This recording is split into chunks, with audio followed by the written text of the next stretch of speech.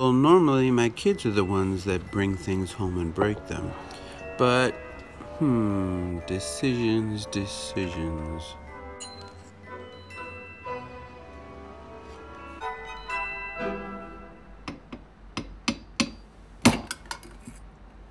Well, that was not exciting.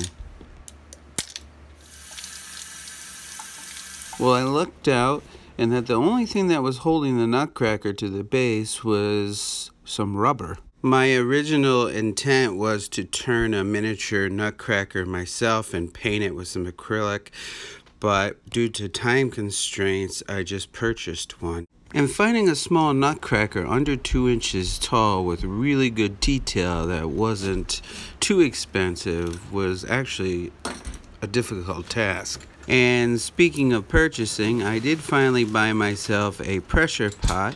Well, it's a paint pressure pot that I need to modify a little bit for casting. This particular pot is 2.5 gallon, and I purchased it on Amazon. So I did make the appropriate modifications, and the pressure pot is stable.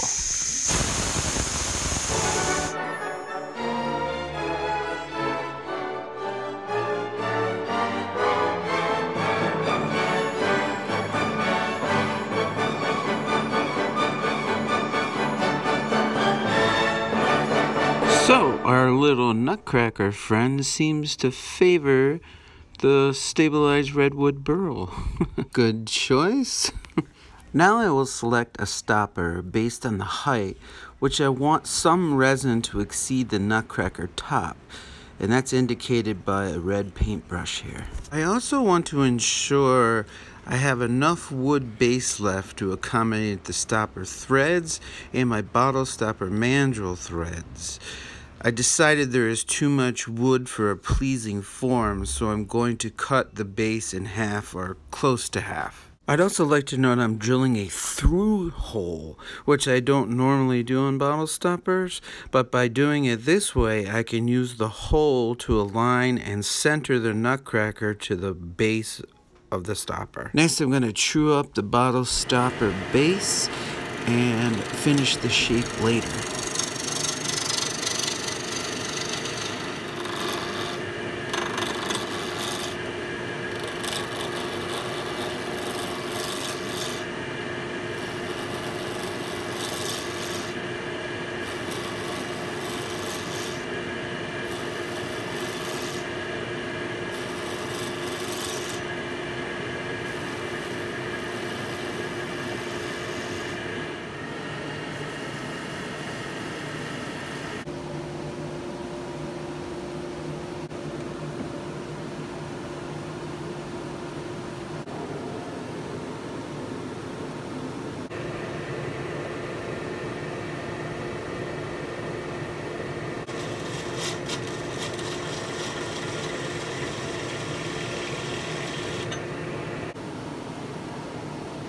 I'm not sure how well this detailing will work in the casting later, but I wanted to give it a try.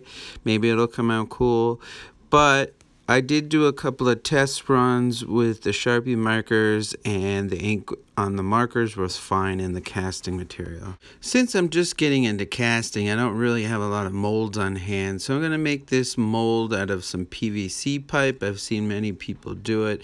I don't have a release agent, so I'm just going to see if it comes out later. If not, I'll just turn it on the lathe. I also used this piece of plexiglass as the mold base, and I hot glued a seam around it, and hopefully that'll work. I used a medium CA glue for attaching the Nutcracker to the base, and a thin CA glue for aligning the threads. I am using an epoxy resin. It has a 30-minute demold time, so I have plenty of time to work with it. It is mixed by volume, and I prepared another bottle stopper for overflow. I also tested a couple of mounting methods. The overflow stopper, I used a thick CA glue, and for the Nutcracker stopper, I used a high-temp hot glue to anchor the Nutcracker base to the mold so it doesn't float away, and hopefully The threaded holes on each will not fill with any resin. Now for my least favorite part of casting so far is stirring, and more stirring, and more stirring. I did decide to add some color to the overflow bottle stopper. I added some blue dye and some pearl pigment powder and some white dye. I didn't fully stir the colors together. This was an attempt to avoid a solid color. So with this type of resin, it recommends to let the resin cure for 24 to 48 hours. I left the cast in my pressure pot for 3 days. I wanted to be sure no bubbles were visible, and I wanted to test my pressure pot for any leaks. And for future castings, I made a mental note of my shop's temp and humidity, along with a note to remind me my pot is under pressure for a few days. Well, I'm super excited. My pressure pot had no leaks, stayed stable at 50 psi. However, the castings, or at least one of the castings, had a couple of issues.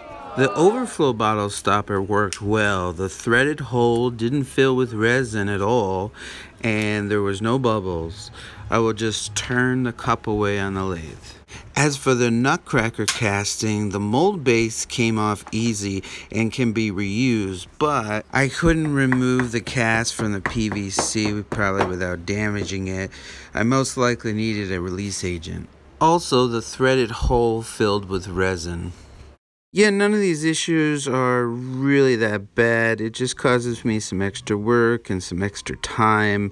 I can easily fix this by flattening out the front, drilling a new hole, and adding these metal threaded inserts, which I love. I use them a lot lately. And then I can just turn the PVC away on the lathe. And I did adhere the metal threaded insert to the stopper with 5-minute epoxy. And I get those threaded inserts from PSI Penn State Industries if you're interested. So when I noticed the PVC was coming loose, I stopped and removed the rest by hand. And at this point, I noticed that the resin was a little cloudy. Not terrible. I'm not sure if the mixing was off or the volumes were off, or maybe my shop temp affected it, or the resin was bad, or I don't know, it could be many reasons why it came out cloudy.